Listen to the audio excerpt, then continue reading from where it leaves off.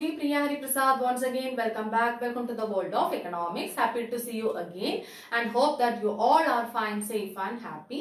ഇന്ന് ഞാൻ ഇവിടെ എക്സ്പ്ലെയിൻ ചെയ്യാൻ പോകുന്നത് കെനീഷ്യൻ എക്കണോമിക്സ് അല്ലെങ്കിൽ കെനീഷ്യൻ റവല്യൂഷൻ അല്ലെങ്കിൽ കെയ്ൻസിന്റെ എക്കണോമിക് തിയറി എന്താണ്. ഓക്കെ, കെനീഷ്യൻ റവല്യൂഷൻ അല്ലെങ്കിൽ കെയ്ൻസിന്റെ എക്കണോമിക് തിയറി അല്ലെങ്കിൽ കെനീഷ്യൻ എന്താ പറയാ മോഡൽ എന്താണെന്നാണ് നമ്മൾ പഠിക്കാൻ പോകുന്നത്. ഓക്കെ, അപ്പൊ ഞാൻ ഓൾറെഡി ക്ലാസിസം വേഴ്സസ് കെയ്നിസം ചെയ്തിട്ടുണ്ട്. അതൊന്നും കാണാത്തവർ ആദ്യം അത് കാണണം, നല്ലൊരു ബേസ് കിട്ടും.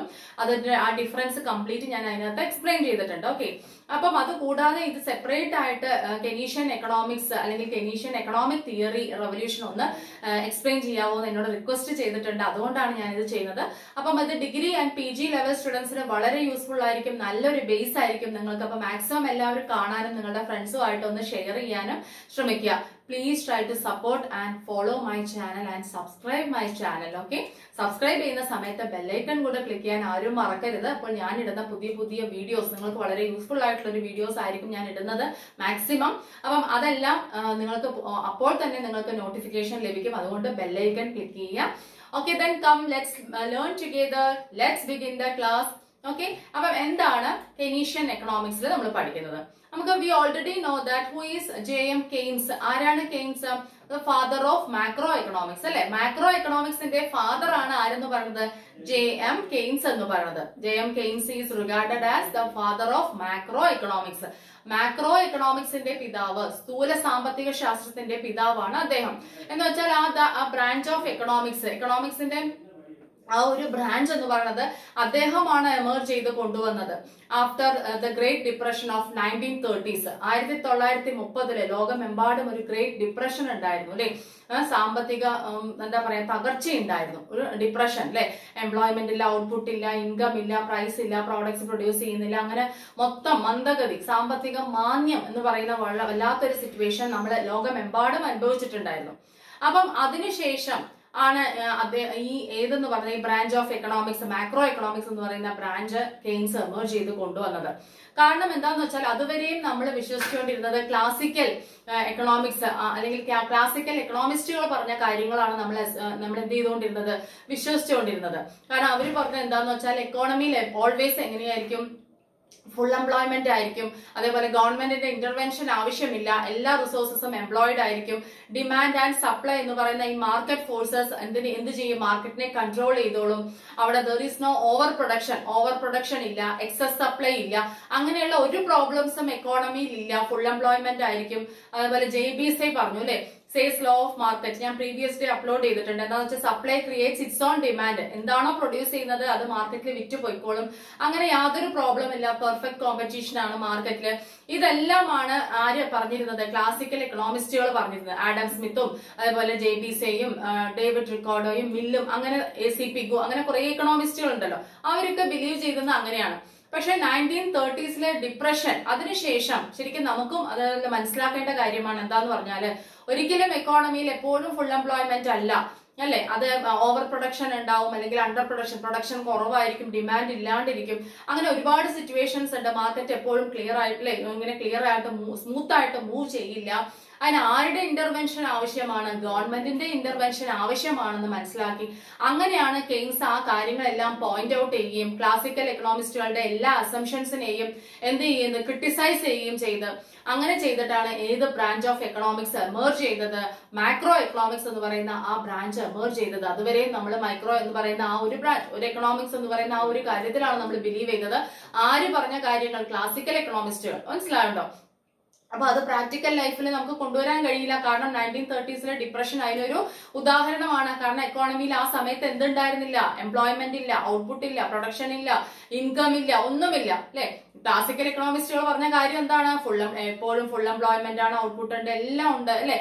ഫ്രീ ആയിട്ട് മാർക്കറ്റ് എന്താണ്, ഡിമാൻഡും സപ്ലൈയും ഈക്വൽ ആയിക്കോളും, അങ്ങനെയാണുള്ള ഒരു അസംഷൻ അവർ പറഞ്ഞത്. ഓക്കെ, അപ്പം അതെല്ലാം തെറ്റാണെന്ന് പ്രൂവ് ചെയ്യുകയും ഓക്കെ, അപ്പം അതിനെല്ലാം ആരുടെ ഇന്ററാക്ഷൻ വേണം, ഗവൺമെന്റിന്റെ ആക്ഷൻ വേണം. അതേപോലെ അവര് പറഞ്ഞിട്ടുള്ള കാര്യങ്ങളെല്ലാം എന്താ പറയാ എല്ലാറ്റിനെയും ക്രിട്ടിസൈസ് ചെയ്തുകൊണ്ട് വന്ന ഒരു എമർജ് ചെയ്തിട്ടുള്ള ഒരു ബ്രാഞ്ച് ആണ് മാക്രോ എക്കണോമിക്സ്. അപ്പം ആ മാക്രോ എക്കണോമിക്സ് എന്ന് പറഞ്ഞാൽ നമുക്ക് ആരുടെ പേര് വരണം, JM കെയ്ൻസ്. അദ്ദേഹം 1936 ഈ ഡിപ്രഷന് ശേഷം ഒരു ബുക്ക് പബ്ലിഷ് ചെയ്തു. ഏതാണ്? Theory of employment, interest and money. Theory of employment, interest and money എന്ന് പറയുന്ന ബുക്ക് പബ്ലിഷ് ചെയ്തു. അതിനുശേഷം അതിനകത്താണ് അദ്ദേഹം ഇതുമായിട്ടുള്ള റിലേറ്റഡ് ആയിട്ടുള്ള കാര്യങ്ങളെല്ലാം കോട്ട് ചെയ്തിരിക്കുന്നത്. അങ്ങനെയാണ് ഈ branch of economics, macro economics, സ്ഥൂല സാമ്പത്തിക ശാസ്ത്രം എന്ന് പറയുന്ന എക്കണോമിക്സ് എമർജ് ചെയ്തത്. മനസ്സിലായോ? അപ്പം എങ്ങനെയാണ് അദ്ദേഹത്തിന്റെ പോയിന്റ് ഓഫ് വ്യൂ, എങ്ങനെയാണ് അദ്ദേഹത്തിന്റെ പോയിന്റ് ഓഫ് വ്യൂവിൽ എക്കണോമിക്സ് എന്താണ്, ഓക്കെ, എന്തൊക്കെയാണ് എക്കോണമിയിലുള്ള പ്രോബ്ലംസ് എന്താണ്, അതിന്റെ സൊല്യൂഷൻസ് എന്തൊക്കെയാണെന്നാണ് നമ്മൾ ഇതിനകത്ത് പഠിക്കാൻ പോകുന്നത്. അപ്പൊ നല്ലൊരു ബേസ് നിങ്ങൾക്ക് കിട്ടിയെന്ന് വിചാരിക്കണോ? ഈ മാക്രോ എക്കണോമിക്സ് എമർജ് ചെയ്തതും അതും ആരുമായിട്ട് റിലേഷൻ ഉള്ളതും ജെ.എം. കെയ്ൻസുമായിട്ട്, അല്ലെ? നമ്മൾ എന്തുകൊണ്ടാണ് ഫാദർ ഓഫ് മാക്രോ എക്കണോമിക്സ് എന്ന് ജെ.എം. കെയ്ൻസിനെ പറയുന്നതും അങ്ങനെ ഒരു ബേസ് നിങ്ങൾക്ക് കിട്ടിയെന്ന് ഞാൻ വിശ്വസിക്കുന്നു. ഇനി നിങ്ങൾക്ക് എക്സാമിന് കെനീഷ്യൻ എക്കണോമിക്സ് അല്ലെങ്കിൽ കെനീഷ്യൻ റവല്യൂഷൻ അല്ലെങ്കിൽ കെനീഷ്യൻ എക്കണോമിക് തിയറി എന്താണെന്ന് ചോദിച്ചാൽ പറയേണ്ട രീതിയിൽ പോയിന്റ് ഔട്ട് ചെയ്ത് കാര്യങ്ങൾ ഞാൻ പറഞ്ഞുതരാം. ഞാൻ ഈ പറഞ്ഞ കാര്യങ്ങളൊക്കെ തന്നെയാണ്, പക്ഷെ അത് പോയിന്റ് വൈസിൽ നിങ്ങൾക്ക് ഇംഗ്ലീഷിൽ എഴുതുന്നവർക്കും മലയാളത്തിൽ എഴുതുന്നവർക്കും യൂസ്ഫുൾ ആയിട്ടുള്ള ഒരു ക്ലാസ്. ഓക്കെ, അങ്ങനെയാണ് ഞാൻ ഇവിടെ എടുക്കുന്നത്. നോക്കിക്കോളൂ, ഓരോ പോയിന്റ്സ് നമുക്ക് നോക്കാം. Keynesian economics is macroeconomic theory of total spending in the economy and its effects on output, employment and inflation. Keynesian economics എന്ന് പറയുന്നത് മാക്രോ എക്കണോമിക് തിയറിയാണ്, മൈക്രോ അല്ല. ഓക്കെ, എന്ന് വെച്ചാൽ എക്കോണമി ആസ് എ ഹോൾ ആണ് അദ്ദേഹം എടുത്ത് പറയുന്നത്, ഒരിക്കലും ഒരു സിംഗിൾ പാർട്ട് അല്ല. നമുക്ക് മാക്രോന്റെ ഡിഫറൻസ് ഒക്കെ അറിയാം, അല്ലെ? പ്ലേലിസ്റ്റിലുണ്ട്, അതും കാണണം. എക്കണോമിക്സിന്റെ ഡെഫിനിഷൻസും മാക്രോ ഡിഫറൻസസ് ഒന്നും എന്തെങ്കിലും സംശയമുള്ളവർ കയറി നോക്കണം കേട്ടോ, നല്ലൊരു ബേസ് കിട്ടും. ഓക്കെ, അപ്പൊ കെനീഷ്യൻ എക്കണോമിക്സ് എന്ന് പറയുന്നത് മാക്രോ എക്കണോമിക് തിയറിയാണ്. Then of total spending in the economy, എന്തിനെ കുറിച്ചാണ് പറയുന്നത്? എക്കോണമിയിലുള്ള ടോട്ടൽ സ്പെൻഡിങ്ങിനെ കുറിച്ച്. ആൻഡ് ഇറ്റ്സ് എഫക്ട്സ്, അത് ആ ടോട്ടൽ സ്പെൻഡിങ് എന്തിലേക്ക് എഫക്ട് ചെയ്യുന്നു, എന്തിലേക്ക് ബാധിക്കുന്നു? On output, employment and inflation. ഔട്ട്പുട്ടിലും എംപ്ലോയ്മെന്റിലും ഇൻഫ്ലേഷനിലും എല്ലാം ഈ ടോട്ടൽ സ്പെൻഡിങ് എന്തൊക്കെ എഫക്ട്സ് വരുത്തുന്നു അതുമായി റിലേറ്റ് ചെയ്തിട്ടുള്ള മാക്രോ എക്കണോമിക് തിയറിയാണ് ആരുടെ?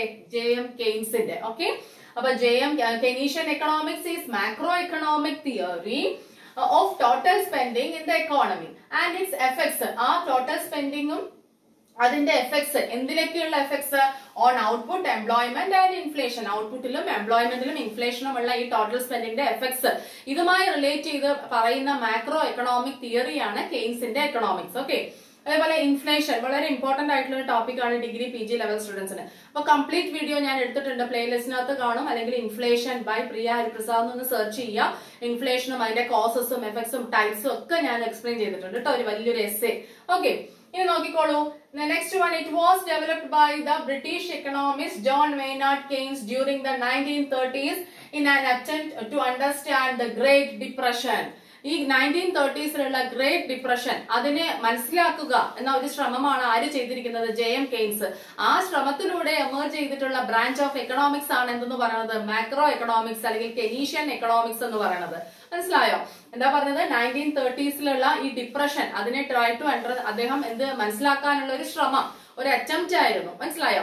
ആ അറ്റംപ്റ്റ് ആണ് ശരിക്കും പറഞ്ഞാല് ബ്രിട്ടീഷ് എക്കണോമിസ്റ്റ് ആയിട്ടുള്ള ജെയിം മെയ്നാർഡ് കെയ്ൻസ് എന്ന അദ്ദേഹത്തിന്റെ പേരിൽ ഒരു ബ്രാഞ്ച് ഓഫ് എക്കണോമിക്സ് എമർജ് ചെയ്തത്. That is macro economics. Okay, it was developed by the British economist അല്ലെ John Maynard Keynes during the 1930s in an attempt to understand the Great Depression. മനസ്സിലായല്ലോ?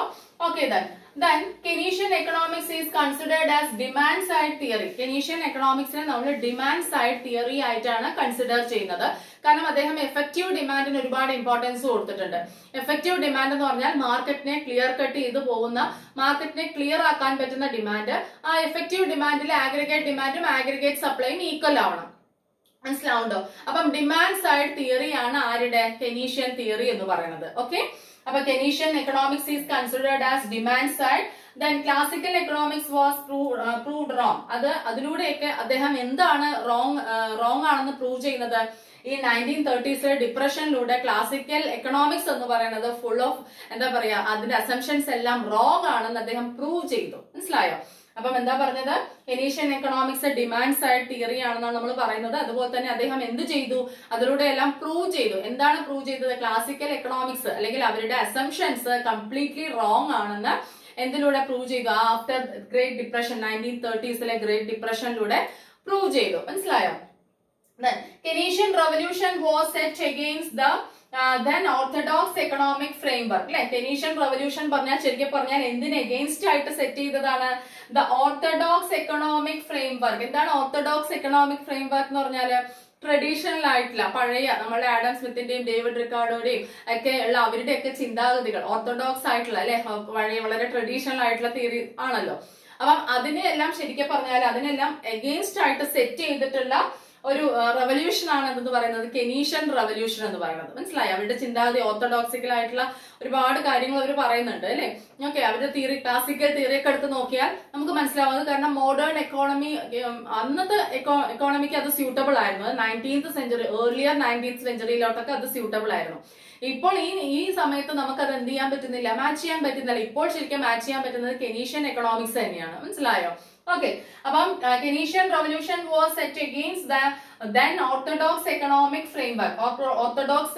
economic framework ആയിട്ടുള്ള classical theories അല്ലെങ്കിൽ classical economics ശരിക്കും പറഞ്ഞാൽ അതിന് against ആയിട്ട് set ചെയ്തിട്ടുള്ള ഒരു എന്താണ് റവല്യൂഷൻ ആണ് കെനീഷ്യൻ റവല്യൂഷൻ എന്ന് പറയുന്നത് ഓക്കെ അപ്പൊ കംപ്ലീറ്റ്ലി അദ്ദേഹം ക്രിട്ടിസൈസ് ചെയ്യുന്നുണ്ട് ക്ലാസിസത്തിന് ഓക്കെ ക്ലാസിസത്തിന് നെക്സ്റ്റ് വൺ അദ്ദേഹത്തിന്റെ ബുക്ക് ഞാൻ ഇവിടെ മെൻഷൻ ചെയ്തിട്ട് നിങ്ങൾ എഴുതിയെടുക്കണം അത് ഓർമ്മ വരണം കെയ്ൻസിന്റെ പേര് പറയുമ്പോൾ അത് ഓർമ്മ വരണം കെനീഷ്യൻ റവല്യൂഷൻ എഴുതുമ്പോൾ അത് ആ ബുക്കിന്റെ പേര് എഴുതാതെ ഇരിക്കരുത് ഇൻവെർട്ടഡ് കോമേഴ്സിൽ ഇടുക കേട്ടോ 1936 പബ്ലിഷ് ചെയ്തത് അതും കൂടെ ഓർമ്മ വയ്ക്കുക ജെഎം കെയ്ൻസിന്റെ ബുക്ക് എന്താണ് general theory on employment interest and money general theory on employment interest and money മറക്കരുത് കേട്ടോ general theory on employment interest and money published by J.M. Keynes, the father of macroeconomics, in which year? 1936. Got it? The next one, nokikolu.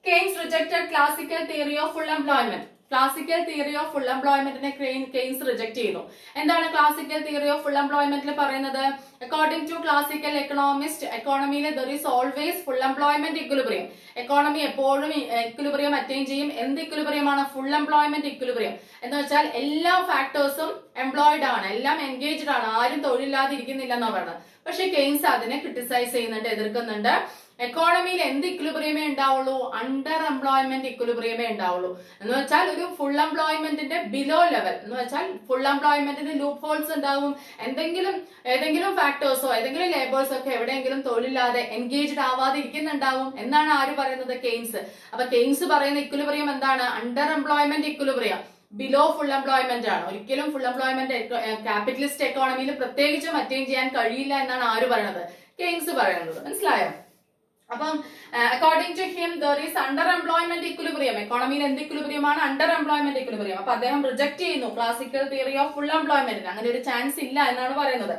അതേപോലെ തന്നെ classical തിയറിയിൽ പറയുന്നുണ്ട് over production ഇല്ലെന്ന് okay പക്ഷെ Keynes പറയുന്നുണ്ട് അതിനുള്ള സിറ്റുവേഷൻസ് ഒക്കെ വരും നമ്മൾ തന്നെ അത് ഗവൺമെന്റിന്റെ ഇന്റർവെൻഷനിലൂടെയാണ് അത് ശരിയാക്കാൻ പറ്റുന്നത് എന്ന് മനസ്സിലായോ okay then he believes in the principle of effective demand അദ്ദേഹം വിശ്വസിക്കുന്ന പ്രിൻസിപ്പിൾ എഫക്റ്റീവ് ഡിമാൻഡ് ആണ് മാർക്കറ്റിനെ ക്ലിയർ കട്ട് ചെയ്യാൻ പറ്റുന്ന ആവശ്യമായിട്ടുള്ള demand okay demand necessary to clear cut the market situations മാർക്കറ്റിനെ ക്ലിയർ കട്ട് ചെയ്യാൻ എന്ന് വെച്ചാൽ മാർക്കറ്റിൽ സ്മൂത്ത് ഫംഗ്ഷനിങ്ങിന് ആവശ്യമായിട്ടുള്ള ഡിമാൻഡ് എന്ന് വെച്ചാൽ ആഗ്രിഗേറ്റ് ഡിമാൻഡ് ആഗ്രിഗേറ്റ് സപ്ലൈക്ക് ഈക്വൽ ആവുന്ന ഡിമാൻഡ് ആണ് എന്തെന്ന് പറയുന്നത് മാർക്കറ്റ് ഡിമാൻഡ് എഫക്റ്റീവ് ഡിമാൻഡ് എന്ന് പറയുന്നത് then employment depends on effective demand employment എന്തിനെ ആശ്രയിച്ചിരിക്കുന്നു effective ഡിമാൻഡിനെ if there is deficiency in effective demand there will be unemployment അതായത് deficiency in effective demand ഈ സഫല ചോദനം എന്നാണ് മലയാളത്തിൽ പറയുന്നത് ഈ സഫല ചോദനം എക്കോണമിയിൽ ഇല്ല എഫക്റ്റീവ് ഡിമാൻഡ് ഇല്ല ആഗ്രിഗേറ്റ് ഡിമാൻഡും സപ്ലൈയും ഈക്വൽ ആവുന്നില്ല എങ്കിൽ അങ്ങനെ ഒരു സിറ്റുവേഷൻ ഉണ്ടെങ്കിൽ അവിടെ അൺഎംപ്ലോയ്മെന്റ് ഉണ്ടാവും എന്നാണ് ആര് പറയുന്നത് ജെഎം കെയ്ൻസ് അപ്പൊ ജെഎം കെയ്ൻസ് എഫക്റ്റീവ് ഡിമാൻഡ് എന്ന് പറയുന്ന പ്രിൻസിപ്പിളിൽ വിശ്വസിക്കുന്നു മാർക്കറ്റിനെ ക്ലിയർ കട്ട് ചെയ്യാൻ പറ്റുന്ന ഒരു സിറ്റുവേഷൻ ആ ഒരു ഡിമാൻഡാണ് എഫക്റ്റീവ് ഡിമാൻഡ് അവിടെ ആഗ്രിഗേറ്റ് ഡിമാൻഡും ആഗ്രിഗേറ്റ് സപ്ലൈയും ഈക്വൽ ആയിരിക്കും ഇനി മാർക്കറ്റിൽ ഇതേപോലെ എഫക്റ്റീവ് ഡിമാൻഡ് ഇല്ല അത് കുറവാണ് എങ്കിൽ അവിടെ അൺഎംപ്ലോയ്മെന്റ് ഉണ്ടാവും എന്ന് വെച്ചാൽ എംപ്ലോയ്മെന്റ് എന്തിനെ ഡിപ്പെൻഡ് ചെയ്തുകൊണ്ടിരിക്കണോ എഫക്റ്റീവ് ഡിമാൻഡിനെ ഡിപ്പെൻഡ് ചെയ്തുകൊണ്ടിരിക്കണോ എന്നാണ് കെയ്ൻസ് പറയുന്നത് മനസ്സിലായോ ഓക്കെ ആഗ്രിഗേറ്റ് ഡിമാൻഡും സപ്ലൈയും ഈക്വൽ ആയാൽ അത് എഫക്റ്റീവ് ഡിമാൻഡ് ആണ് എംപ്ലോയ്മെന്റ് എഫക്റ്റീവ് ഡിമാൻഡിനെ ഡിപ്പെൻഡ് ചെയ്തുകൊണ്ടിരിക്കുന്നു deficiency in effective demand leads to unemployment deficiency in effective demand leads to unemployment make it clear okay and the next one Keynes suggested the intervention of the government to increase aggregate demand and solve unemployment, recession, etc. എക്കോണമിയില് ഗവൺമെന്റിന്റെ intervention must ആയിട്ടും എന്തായാലും വേണം. Government should intervene എന്നാണ് ആര് പറയുന്നത്? Keynes പറയണത്. Classical എക്കണോമിസ്റ്റുകൾ പറഞ്ഞ പോലെ ഗവൺമെന്റിന്റെ ഇടപെടൽ ആവശ്യമില്ല എന്നല്ല പറയുന്നത്, ആവശ്യമുണ്ട്. എന്തിനു വേണ്ടിയിട്ട്? എന്തിനാണ് ആവശ്യമുള്ളത്? ടു ഇൻക്രീസ് ആഗ്രിഗേറ്റ് ഡിമാൻഡ് കൂട്ടാനും അതേപോലെ തന്നെ അൺഎംപ്ലോയ്മെന്റ്, ഡിപ്രഷൻ, റിസഷൻ തുടങ്ങിയ പ്രോബ്ലംസിനെ എല്ലാം ക്ലിയർ ചെയ്യാനും ആരുടെ ഇടപെടൽ ആവശ്യമുണ്ടെന്നാണ് പറയുന്നത്? ആരുടെ ഇടപെടൽ? ഗവൺമെന്റിന്റെ ഇടപെടൽ, ഗവൺമെന്റിന്റെ ഇന്റർവെൻഷൻ ആവശ്യമുണ്ടെന്നാണ് ആര് പറയുന്നത്? ജെ.എം. കെയ്ൻസ് പറയുന്നത്. മനസ്സിലായോ? അപ്പൊ ക്ലാസിക്കൽ എക്കണോമിസ്റ്റുകൾ അത് വേണ്ടെന്ന് പറയുന്നു, കെയ്ൻസ് അത് ആവശ്യമുണ്ടെന്ന് പറയുന്നു. ആഗ്രിഗേറ്റ് ഡിമാൻഡ് ഉണ്ടാക്കിയെടുക്കാനും കൂട്ടാനും അതുപോലെ തന്നെ അൺഎംപ്ലോയ്മെന്റ്, റിസഷൻ, ഡിപ്രഷൻ തുടങ്ങിയ പ്രോബ്ലംസ് സോൾവ് ചെയ്യാനും അല്ലെ അതിന് ഗവൺമെന്റിന് കഴിയും. എങ്ങനെയൊക്കെയാണ്? ഫിസ്ക്കൽ പോളിസിയിലൂടെ. ശരിയല്ലേ? ഫിസ്ക്കൽ പോളിസിയുടെ വീഡിയോ ഞാൻ ചെയ്തിട്ടുണ്ട്, അതും കാണണം. അതേപോലെ ബിസിനസ് സൈക്കിൾ, ഡിപ്രഷൻ, റെസഷൻ അതും ചെയ്തിട്ടുണ്ട്, അതും കാണണം കേട്ടോ പ്ലേലിസ്റ്റിനകത്ത്. ഓക്കെ, ഇനി നോക്കിക്കോളൂ. To Keynes wage and price are rigid in the downward direction because of the existence of trade unions. അതായത് ക്ലാസിക്കൽ തിയറിയിൽ എന്താ പറഞ്ഞത്? വേജ് പ്രൈസ് ഫ്ലെക്സിബിലിറ്റി ആണ്. വേജും പ്രൈസും ഫ്ലെക്സിബിൾ ആണ്, എപ്പോ വേണമെങ്കിലും നമുക്ക് കൂട്ടാൻ കുറയ്ക്കാം. പക്ഷെ ഒരിക്കലും അങ്ങനെയല്ല. ഡൗൺവേർഡ് ഡയറക്ഷനിൽ വേജ് പ്രൈസ് എങ്ങനെയാണ്? റിജിഡ് ആണെന്നാണ് ആര് പറയണത്? കെയ്ൻസ്. എന്ന് വെച്ചാൽ വേജ് ഒരു പർട്ടിക്കുലർ ലെവൽ താഴെ ആയിക്കഴിഞ്ഞാൽ അതിനേക്കാളും കുറയ്ക്കാനായിട്ട് ലേബർ യൂണിയൻസ് സമ്മതിക്കൂ? ഏതെങ്കിലും തൊഴിലാളി സംഘടനകൾ സമ്മതിക്കൂ? ഒരു മിനിമം വേജ് റേറ്റിൽ നിന്നും എഗെയിൻ താഴോട്ട് പോകാൻ ഇല്ല. അപ്പൊ വേജ് എന്ന് പറയുന്നത് റിജിഡ് ആണ് ഇൻ ദ ഡൗൺവേർഡ് ഡയറക്ഷൻ. താഴോട്ടേക്ക് റിജിഡ് ആണ്. റിജിഡ് എന്ന് പറഞ്ഞാൽ കുറയില്ല. മുകളിലോട്ട് വേണമെങ്കിൽ അത് ഫ്ലെക്സിബിൾ ആയിരിക്കും. അതേപോലെ പ്രൈസും അതേപോലെ തന്നെ പ്രൊഡ്യൂസേഴ്സിന്റെ മൊണോപ്പൊളിസ്റ്റിക് പവർ ഉണ്ട് അല്ലെ? മൊണോപ്പൊളി പവർ ഉണ്ട്. അതുകൊണ്ട് തന്നെ മൊണോപ്പൊളി പവറുള്ള പ്രൊഡ്യൂസേഴ്സ് പ്രൈസ് കുറയ്ക്കാനായിട്ട് സമ്മതിക്കുമോ? ഇല്ല. അപ്പൊ ഈ വേജും പ്രൈസും റിജിഡ് ആണ് എന്നാണ് ആര് പറയുന്നത്? കെയ്ൻസ് പറയുന്നത്. ക്ലാസിക്കൽ തിയറിയിൽ പറഞ്ഞത് അവര് ഫ്ലെക്സിബിൾ ആണെന്നാണ്. ഒരിക്കലുമല്ല. Because of the existence of labour unions ഉള്ളിടത്തോളം കാലം വേജ് റേറ്റ് എന്ന് പറയുന്നത് റിജിഡ് ആണ്. താഴോട്ട് ഡൗൺവേർഡ് ഡയറക്ഷൻ എന്ന് വെച്ചാൽ കുറയില്ല, കൂടും. അതേപോലെ പ്രൈസും പ്രൊഡ്യൂസേഴ്സിന് മൊണോപ്പൊളി പവർ ഉള്ളിടത്തോളം കാലം ഒരിക്കലും പ്രൈസ് ഒരു പർട്ടിക്കുലർ ലെവലിനേക്കാളും താഴോട്ട് പോവുമോ? ഏതെങ്കിലും സാധനത്തിന്റെ പ്രൈസ് ഈ മോഡേൺ എക്കോണമിയിൽ താഴോട്ട് പോവോ? ഇല്ല. അപ്പൊ വേജും പ്രൈസും റിജിഡ് ആണ് എന്നാണ് ആര് പറയുന്നത്? ഇൻ ദ ഡൗൺവേർഡ് ഡയറക്ഷൻ അല്ലെ? ആരാ പറയുന്നത്? കെയ്ൻസ്. കെനീഷ്യൻ എക്കണോമിക്സിലെ ഒരു ഹൈലൈറ്റ് ആണ് കേട്ടോ. Okay, then he criticized all assumptions made by classical economics. Classical എക്കണോമിസ്റ്റുകൾ പറഞ്ഞിട്ടുള്ള എല്ലാ അസംഷൻസിനെയും, ഓൾമോസ്റ്റ് ഓൾ അസംഷൻസിനെയും അദ്ദേഹം ക്രിട്ടിസൈസ് ചെയ്യുന്നു. കാരണം എന്താന്ന് വെച്ചാൽ ഈ ഗ്രേറ്റ് ഡിപ്രഷൻ അതാണ് പ്രൂവ് ചെയ്തത്. എന്ന് വെച്ചാൽ ഈ ക്ലാസിക്കൽ എക്കണോമിസ്റ്റുകൾ പറഞ്ഞിട്ടുള്ള അസംഷൻസ് എല്ലാം ശരിയാണ് എങ്കിൽ എക്കോണമിയിൽ സ്മൂത്ത് ആയിട്ട് ഡിമാൻഡും സപ്ലൈയും ഈക്വൽ ആയി പോയിക്കോളും, ഗവൺമെന്റ് ഇന്റർവെൻഷൻ ആവശ്യമില്ല, എന്താണ് പ്രൊഡ്യൂസ് ചെയ്യുന്നത് അത് വിറ്റ് പോയിക്കോളും, എല്ലാവരും ഫുൾ എംപ്ലോയ്മെന്റ് ആണ്, ഇൻകം ഉണ്ട്, ഔട്ട്പുട്ട് ഉണ്ടെന്നെല്ലാം പറയുന്നു. പക്ഷെ അങ്ങനെ ഉണ്ടെങ്കിൽ 1930s ഗ്രേറ്റ് ഡിപ്രഷൻ എന്ന് പറയുന്ന ഈ സാമ്പത്തിക മാന്ദ്യം അല്ലെ എന്ന് പറയുന്ന സാമ്പത്തിക മാന്ദ്യം എക്കോണമിയെ ബാധിക്കുമായിരുന്നോ? ഇല്ല. അതിനെ ക്ലിയർ ചെയ്യാൻ എല്ലാം ഗവൺമെന്റിന്റെ ഇടപെടലും അവര് പറഞ്ഞ മെഷേഴ്സ് അല്ലാതെ വേറെ പുതിയ കാര്യങ്ങളും വേണം എന്നാണ് ആര് പ്രസ്താവിച്ചത്? ജെ.എം. കെയ്ൻസ് എന്ന് പറയുന്ന father of macro economics, British economist പ്രസ്താവിച്ചത്. അപ്പം ഈ കാര്യങ്ങളാണ് അദ്ദേഹം 1936 പബ്ലിഷ് ചെയ്ത theory of employment, interest and മണിയിൽ അദ്ദേഹം എക്സ്പ്ലെയിൻ ചെയ്തിരിക്കുന്നത്. അങ്ങനെയാണ് മാക്രോ എക്കണോമിക്സ് എന്ന് പറയുന്ന ബ്രാഞ്ച് ഓഫ് എക്കണോമിക്സ് വന്നത്. ഇത്രയും കാര്യങ്ങളാണ് നമ്മൾ എന്തിൽ എഴുതേണ്ടത്? ജെ.എം. കെയ്ൻസിന്റെ, അതായത് കെനീഷ്യൻ റവല്യൂഷൻ എന്ന് ചോദിച്ചാൽ, അതല്ലെങ്കിൽ കെനീഷ്യൻ എക്കണോമിക് തിയറി എന്ന് ചോദിച്ചാൽ, കെനീഷ്യൻ എക്കണോമിക്സ് എന്ന് ചോദിച്ചാൽ മനസ്സിലാവുണ്ടോ? ഇതാണ് എഴുതേണ്ടത്. മനസ്സിലായല്ലോ? അപ്പൊ ഞാൻ റിപ്പീറ്റ് ചെയ്യുന്നില്ല, വീണ്ടും 2-3 പ്രാവശ്യം ഒന്ന് റിപ്പീറ്റ് ചെയ്ത് കേൾക്കുക. ഇംഗ്ലീഷിൽ എഴുതുന്നവർക്ക് ഈ പോയിന്റ്സ് സ്ലോ ഡൗൺ ചെയ്ത് റിപ്പീറ്റ് ചെയ്ത് എഴുതിയെടുക്കാം. മലയാളത്തിൽ എക്സ്പ്ലെയിൻ ചെയ്യുന്നവർക്ക് ഞാൻ പറയുന്ന സമയത്ത് നോട്ട് എഴുതിയെടുക്കാം എന്ന് ഞാൻ വിശ്വസിക്കുന്നു. ഓക്കെ, വീണ്ടും അടുത്ത വീഡിയോയിലൂടെ കാണാം. Thank you, thanks a lot, take care, by.